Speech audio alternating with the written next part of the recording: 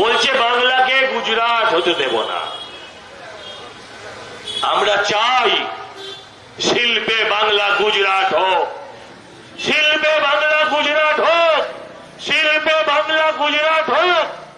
কৃষ্টিতে বাংলা বাংলায় থাকুক, সংস্কৃতিতে বাংলা বাংলায় থাকুক, শিক্ষায় বাংলা বাংলায় থাকুক, কিন্তু শিল্পে বাঙালি বাংলা গুজরাট হোক। আমি তো টিভিতে দেখেন ঝগড়াঝাটি করি আপনাদের ভাষায়, যেটাকে আবার আমরা ডিবেট বলি। অনেক সময় থাকে না ডিবেট, ঠিকই বলেছেন।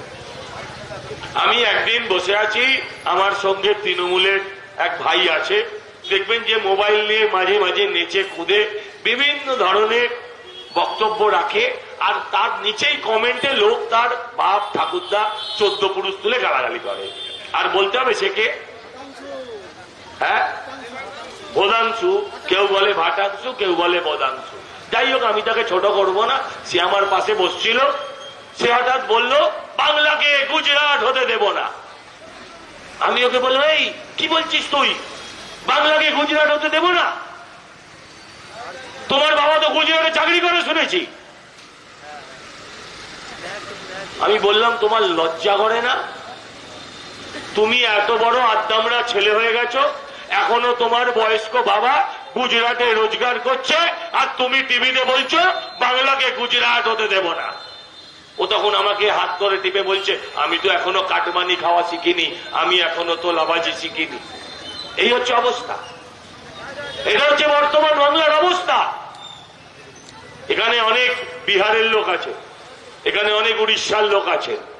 আমরা একটা সময় বিহারের লোক, ইউপির লোককে কি বলতাম? বিহারের লোককে ব্যঙ্গ করতাম, ছোট করতাম। খারাপ ভাবে নেবেন না, আমরা করিনি, একটা মজা করে হতো। উড়িষ্যার লোককে উড়ে বলতাম। খারাপ লাগে যখন দেখি আমাদের ছেলেরা গুড়গাঁও নয়ডাতে কাজ করতে যায়, যখন দেখি আমাদের ছেলেরা ভুবনেশ্বরে কাজ করতে যায়। আগে ওরা আসতো আমাদের রাজ্যে কি জন্য? বিহার উড়িষ্যার লোকেরা আসতো কায়িক পরিশ্রম করতে, মানে দৈহিক পরিশ্রম, মোট বইতে, মাল তুলতে, বিভিন্ন জায়গায় বাজারে তাদের দেখা যেত ওজন তোলার কাজ করতেন। উড়িষ্যার লোকেরা কি করতেন? কলমিস্ত্রির কাজ করতেন। উড়িষ্যার লোকেরা কি করতেন? রান্নার ঠাকুরের কাজ করতেন, জল তোলার কাজ করতেন, ভারী বলতো তাদের। আর আজকে আমার ছেলেরা উড়িষ্যায় গেছে এসি মেশিনের কাজ করতে, কম্পিউটারের কাজ করতে। আমাদের ছেলেরা উত্তরপ্রদেশে গেছে নয়ডায় গিয়ে চাকরি করতে, গুড়গাঁও গিয়ে চাকরি করতে। আর এখানে তৃণমূল বলছে বাংলাকে গুজরাট হতে দেব, বাংলাকে উত্তরপ্রদেশ হতে দেব না।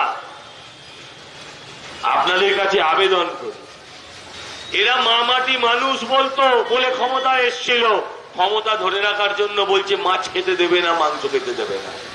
আরে ভাই, ১,৫০০ টাকায় মাছ মাংস হয় না, পাঁঠার ছবিও দেখতে পাবি না ১,৫০০ টাকায়। আসলে কিছু না বলার থাকলে এটাই বলতে হয়। আর আরেকটা কারণ হতে পারে, বিজেপি এলে প্রকাশ্যে যদি গো হত্যা করতে না দেয়, তাহলে তাদের একটা প্রিয় সম্প্রদায়, তারা যদি গরুর মাংস না খেতে পারে, সেটা অভিমান হতে পারে। উত্তরপ্রদেশেও হয়, বিহারেও হয়, সিস্টেমে হয়। বাঙালির মাছ খেতে পাবে না, বাঙালি মাংস খেতে পাবে না, এটা নির্বাচনের ইস্যু।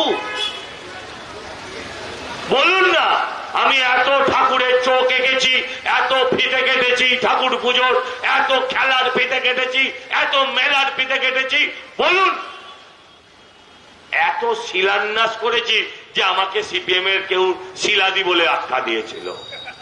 সেই শিলাগুলো এখন কারখানায় পরিণত হলো। কি একটা কারখানা, ফিতে কাটছেন দেখাতে পারলে বিজেপিকে নো ভোট, টোটাল ভোট মমতার।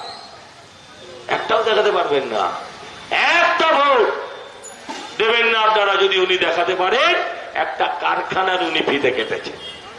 আচ্ছা, মমতা ব্যানার্জি গত 15 বছরে কোন সত্যি কথা বলেছে?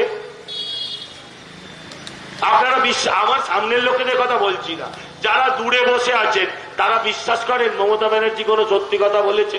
কখনো সত্যি কথা বলেন? যদি আপনারা জানেন সে কখনো সত্যি কথা বলেননি, তাহলে এই কথাটাকে কি করে সত্যি ভাবছেন? বাঙালি কি মূর্খের জাত? বাঙালি কখনোই ভাববে না। টিভি ক্যামেরার সামনে নির্বাচনী প্রচার চলছে, মুখ্যমন্ত্রী মানে সারা রাজ্য দেখছে কি বলছেন, আর যারা কার্টুন বানায় আজকাল মিম বলে যাকে, তারা রেডি হয়ে বসে আছে মুখ্যমন্ত্রী কি বলে দেখি। আমার খুব দুঃখ, মুখ্যমন্ত্রী এখান দিয়ে হাঁটলেন, দুটো কথা যদি বলতেন আমার 2টো ভোট বাড়ত। উনি বললেন আমি একটা ব্রিজ করেছি 1120 কোটি টাকা খরচা করে, কালনা থেকে 15 মিনিটে নদিয়া চলে যাওয়া যায়। এখন হুলুস তুলুস চলছে, সব লোক কালনায় গিয়ে নদিয়ায় গিয়ে খুঁজছে কোথায় ব্রিজ, কোথায় ব্রিজ। দাঁড় করিয়ে পুকুর চুরি শুনেছিলাম, ব্রিজ চুরি করে নিল একটা সরকার।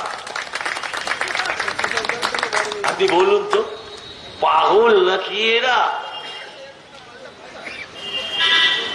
বলছে ঘরের মেয়ে করে নাও, মানে এমনি ঘর চলছে না, তারপর একটা হাল ফ্যাশনের মেয়ে যদি এই বয়সে ঘরে ঢোকে, ঘর চালানো সম্ভব হবে? ভাই আমি ঘরের মেয়ে ঘরের ছেলে হতে আসিনি, আমি কাজের ছেলে হতে এসেছি। আবেদন করছি, কাজ করলে দেবে, কাজ না করলে তাড়িয়ে দেবে। ঘরের মেয়ে হবো কেন? আমি ঘরের ছেলে হবো কেন? আমি ঘরের ছেলে আমার ঘরে, যেখানে আমার বাবা বাস করতেন, যেখানে আমার স্ত্রী বাস করেন। আমি এখানকার বিধায়ক হলে আমি এখানকার জনপ্রতিনিধি, জনতার চাকর। আমি এখানকার জনপ্রতিনিধি মানে আমি জনতার চাকর। বিধানসভায় গিয়ে বরানগরের ওই কটা কথা বলেছেন, তুলে ধরো।